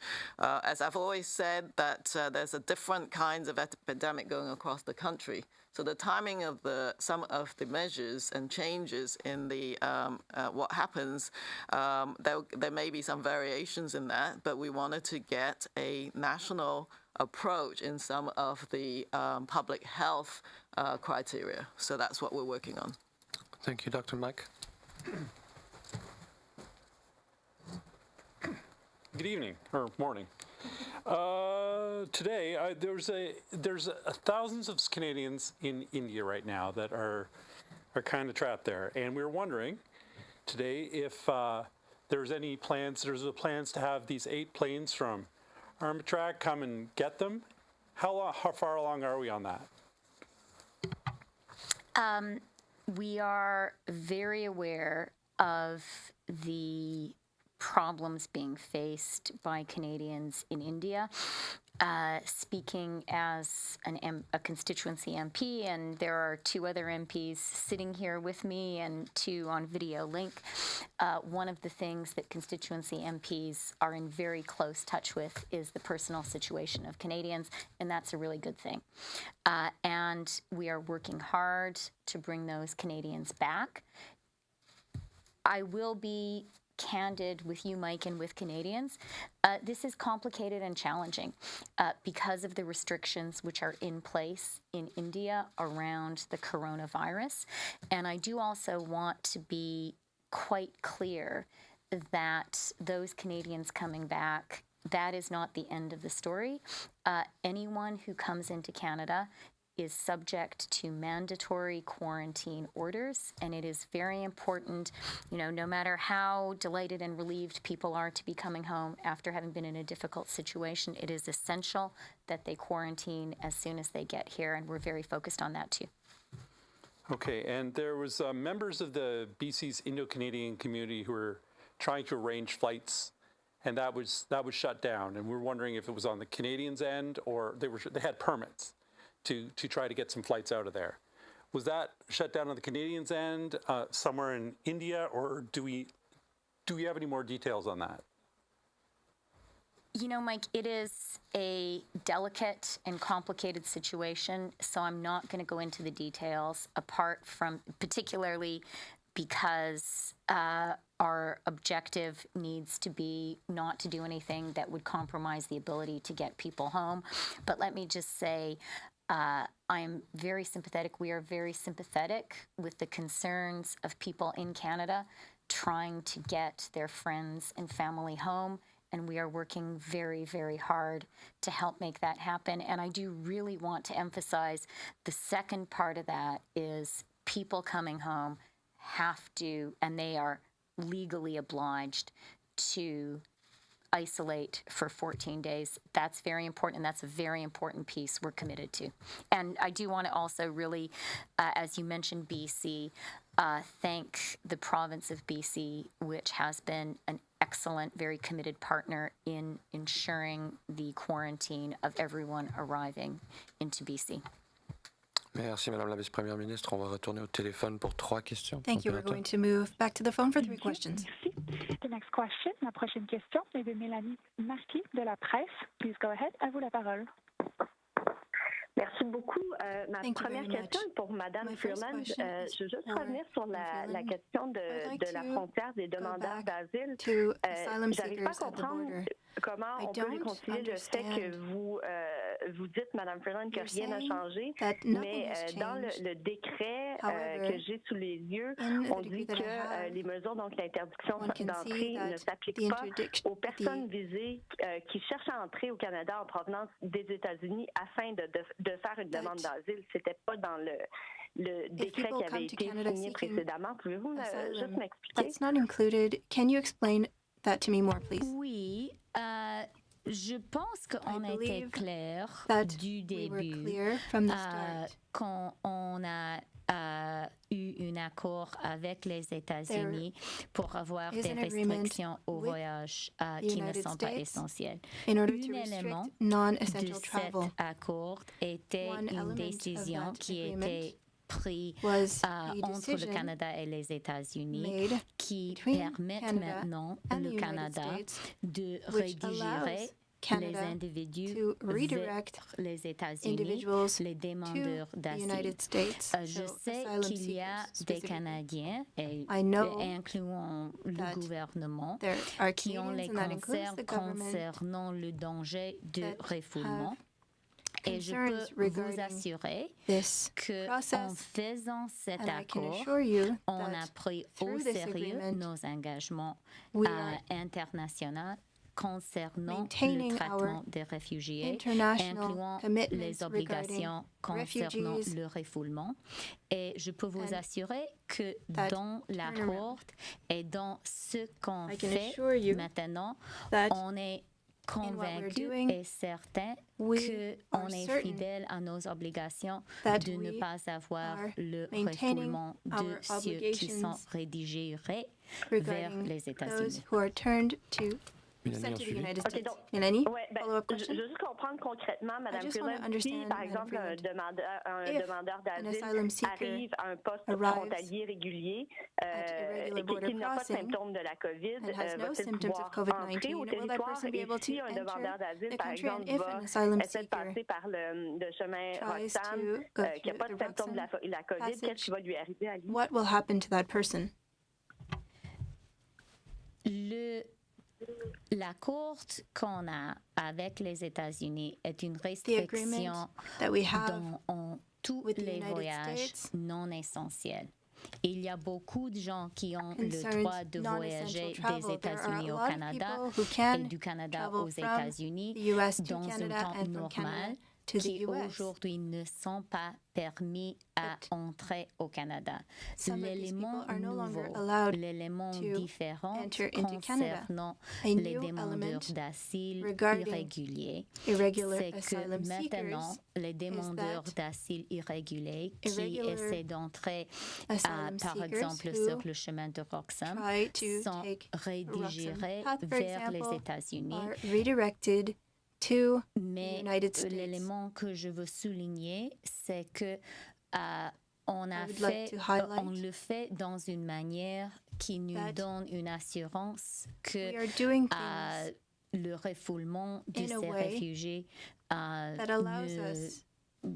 aura lieu. Merci. Proper turnaround of Thank you, Deputy Prime Minister. We'll turn back to the next question on the phone. Thank you. The next question, la prochaine question, is from Jamie Pashagamska from APTN News. Please go ahead. La parole est à vous. Hi, thank you. My first question is concerning modeling. Canada, it's been a couple of weeks now since they revealed modeling data for Canada, but why is the government refusing to release modeling numbers for Indigenous communities?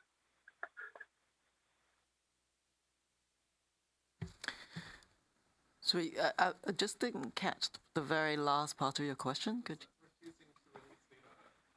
Yeah, sorry. I was just wondering why the Government of Canada is not releasing numbers, modeling numbers for Indigenous communities. I think it is, we will collaborate with our Indigenous partners. It's a tool that any departments and Indigenous Services Canada can also utilize. I think just to re-emphasize that modelling is a planning tool, so as long as it is useful for their planning purposes, I think they can be applied. But they have a very unique situation, and I think that has to be done in full consultation with communities or individual Indigenous First Nations in your MAT organizations as well. But it is just a tool for any sort of planning or preparedness purposes. Jamie, follow up? Yes, thank you.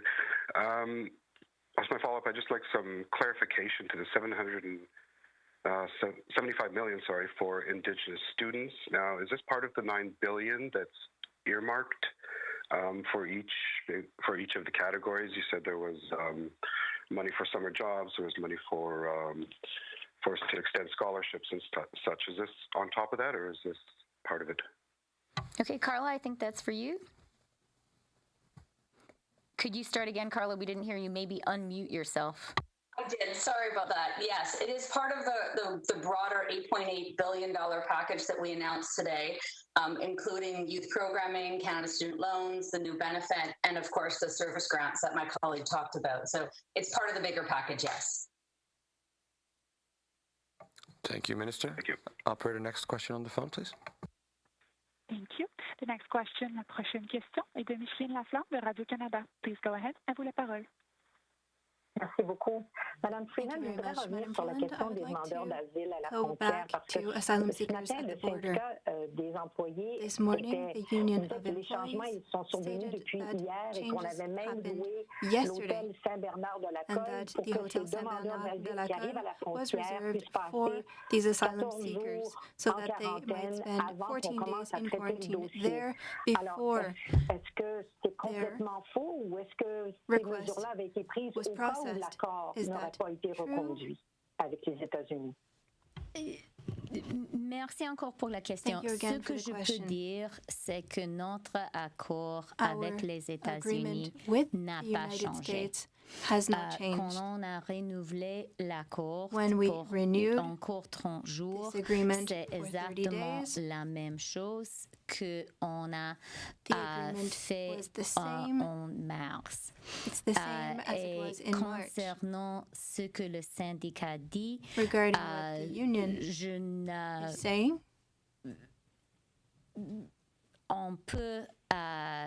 je n'ai pas parlé directement avec le syndicat, mais on va parler avec le syndicat, ou le ministre Blair va parler avec le syndicat pour donner encore les informations si c'est nécessaire. Mais je peux vous assurer complètement que l'accord n'est pas changé. Micheline, suivi? Merci. Et ma prochaine question, c'est sur les écouvillons. Alors, après le Nouveau-Brunswick et puis l'Ontario, le Québec dit qu'il a reçu des écouvillons qui sont contaminés. Alors, est-ce que ces écouvillons viennent du même fournisseur chinois qui a causé problème la dernière fois? Est-ce que vous êtes en mesure de dire que les mesures nécessaires ont été prises pour que ça ne se reproduise plus? Je peux commencer, peut-être Dr. Tam voudra, ou peut-être Dr. Nu voudra ajouter quelque chose d'autre.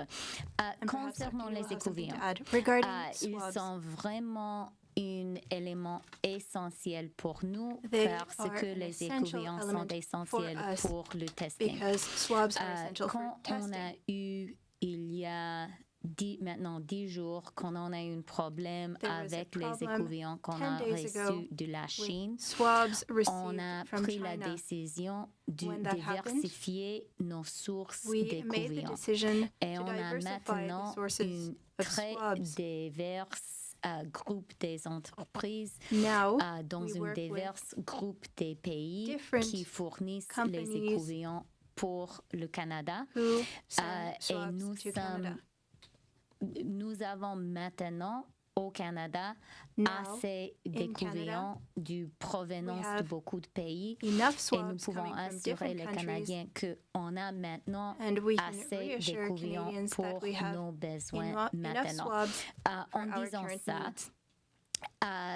la réalité est que pour tous les matériels duquel on a besoin, les masques, les écouvillons, les réagents, etc.,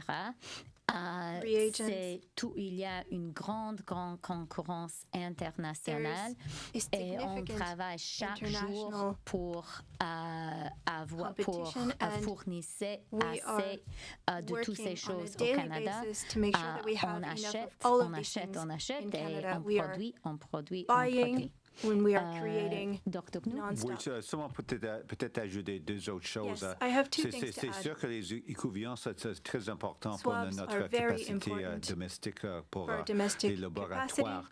Et on a toujours comme un régime des protocoles ici au Canada pour vérifier la qualité de tous les équipements on reçoit des autres pays parce que c'est important pour assurer la sécurité des Canadiens. Donc, à chaque fois on trouve un problème, on commence une enquête pour trouver c'est quoi le problème pour gérer, régler pour peut-être pas avoir le même problème la prochaine fois. L'autre aspect aussi avec les écouvillons contaminés, on peut toujours jeter, mais je pense que pour pas comme gaspiller, on examine maintenant est-ce qu'il y a peut-être même des moyens peut-être pour stériliser ou peut-être trouver un moyen pour utiliser les écouvillons. Ça, c'est quelque chose, c'est un enjeu actuel, on est en train de peut-être trouver peut-être un moyen d'utiliser si on peut trouver un moyen de stériliser les écouvillons qu'on a trouvé qui étaient contaminés. Merci. Merci, docteur. On a turned back to the room. Julie? I was wondering if you could say some of that in English, though, but I don't want that to be part of my question. About the equipment from China trying to get our own supply. Sure. On the swabs, I mean... you talked about PPE in general, like... But I was answering a question about swabs, but let me just sort of specifically on swabs, which I think we have all learned are an essential part of our coronavirus response. We did indeed have an issue with some swabs that arrived in Canada. I think it was now 10 days ago that turned out to be contaminated. That prompted us to very swiftly diversify our sources of swabs, and we were able to do that very quickly. Canada now is buying swabs and getting swabs delivered into Canada from a number of producers in a number of countries. That's a good thing because swabs are absolutely essential. Okay, so I think my question is for Carla Qualtrough about today's announcement. The government, with this announcement today, you're talking about creating 76,000 jobs for young people in addition to the Canada Summer Jobs Program. I would think young people are wondering what kind of jobs they'll be able to get. You say they're mostly on the front lines of the pandemic, but with so many sectors shut down, what could they hope to tap into? Well, thank you for the question. The reality is that it's going to be really hard to find jobs, and we're doing our part by creating about 116,000 opportunities, which would be the 76 you're talking, 76,000 plus 40,000 additional opportunities in training and research, et cetera. But it's going to be tough, and that's why we created the emergency student benefit. That's why we're trying to incentivize service through the volunteer service grant that my colleague announced this morning, as well as did the Prime Minister. We recognize that it's going to be tough this summer, and so between limited employment options, but they're there, and significant service options, which will be incentivized through this bursary or grant at the end of the summer, we're hoping students will find ways to keep themselves occupied, to contribute, to upskill, and just to not stay, sitting around for the whole entire summer. Sorry, but you didn't say what kind of jobs they might expect to get, and that's not my question. I mean, that's not my second question. Julie, you have colleagues, please. Be fair to your colleagues. She never gave us details of what kind of job, like tree planting, like what would they be doing? What kind of jobs could they hope to get? We're focusing on, of course, essential services. So we're looking at agriculture, we're looking at food services, we're looking at the health sector, we're looking at community opportunities within community service organizations. The same kinds of jobs that you might find in a regular summer, but tweaked to address the reality that we don't have summer festivals, we don't have recreational summer camps for kids. We've been quite creative working with provinces and youth organizations coming up with ideas, and that's why we're bolstering the number of employment opportunities. But as I said, we know it's going to be tough, which is why we're encouraging service as well as employment. My second question is, I think, to the Deputy Prime Minister. So considering what we're seeing going on in seniors' homes across the country, is there any plan or discussion to put the care of seniors, who are very vulnerable, as we've been seeing this pandemic, under the Canada Health Act? So at least that way we could have national standards to make sure that the catastrophe that we're seeing unfolding in this country right now might be averted. Well, thank you for the question, Julie. And you are right to describe it as a catastrophe.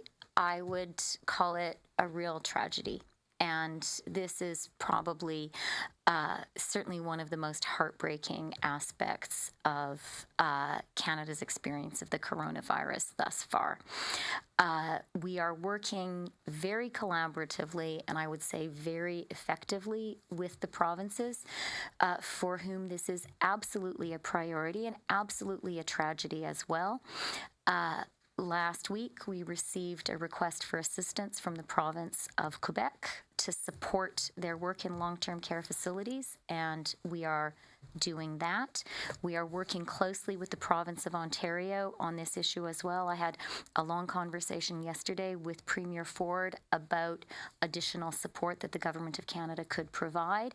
And we have, as you know, I think it was now 10 days ago, issued guidelines around how long-term care facilities should be managed, including, crucially, that people should only work in one long-term care facility at a time.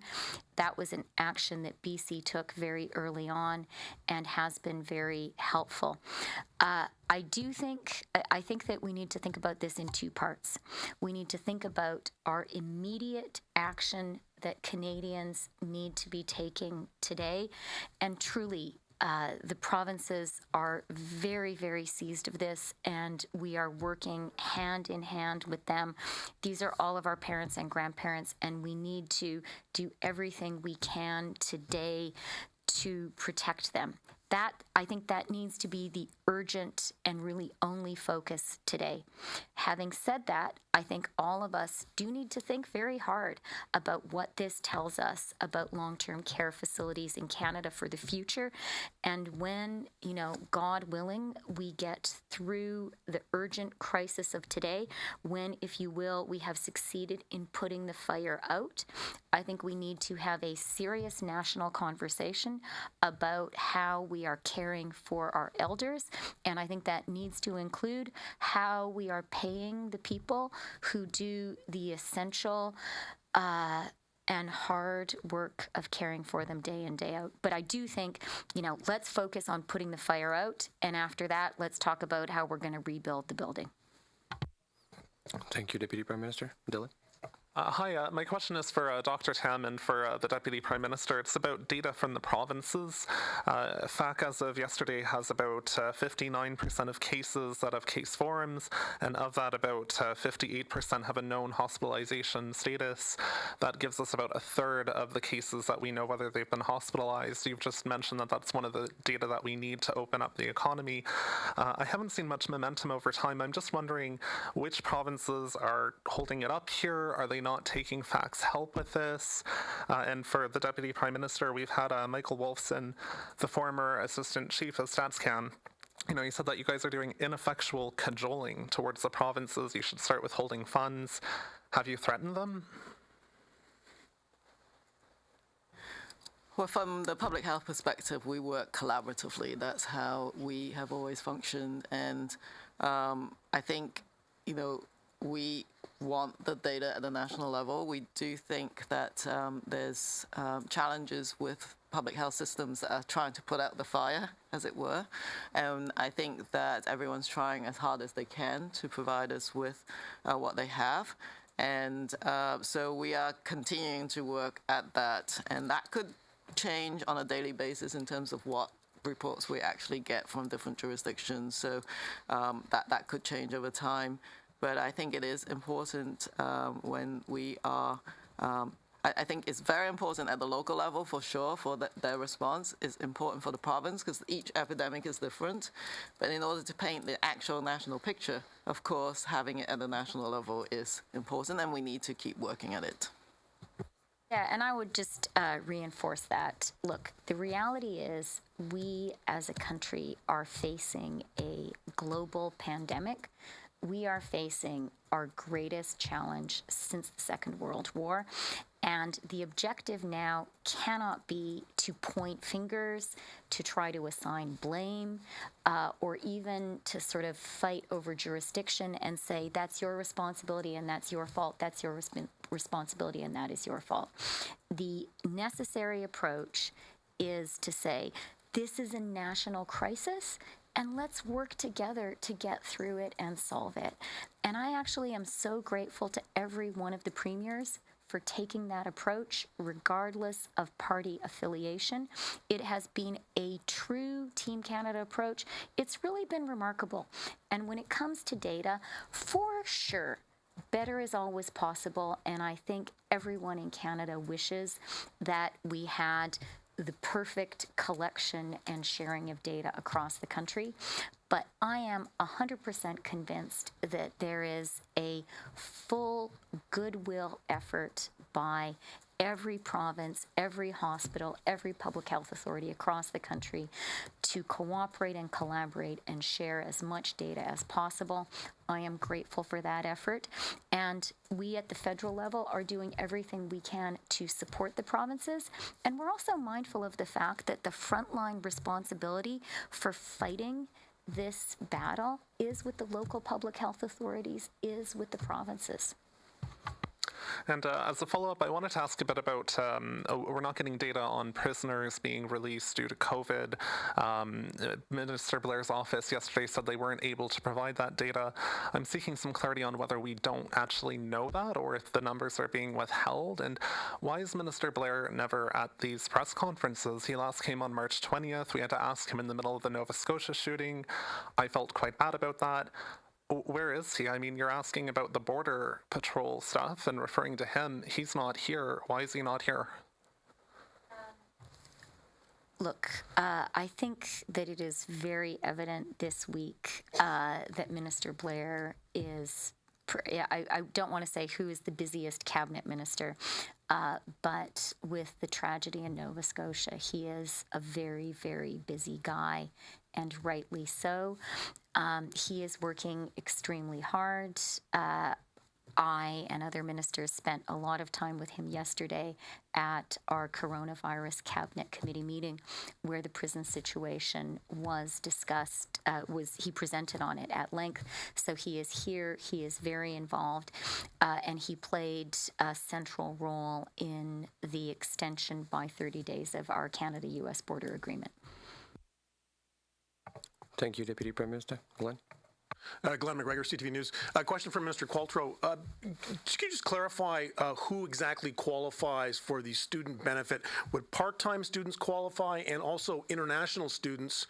You said you have to be studying in Canada, but international students who come here to study and may live and work full-time around all year long, would they also qualify for these benefits?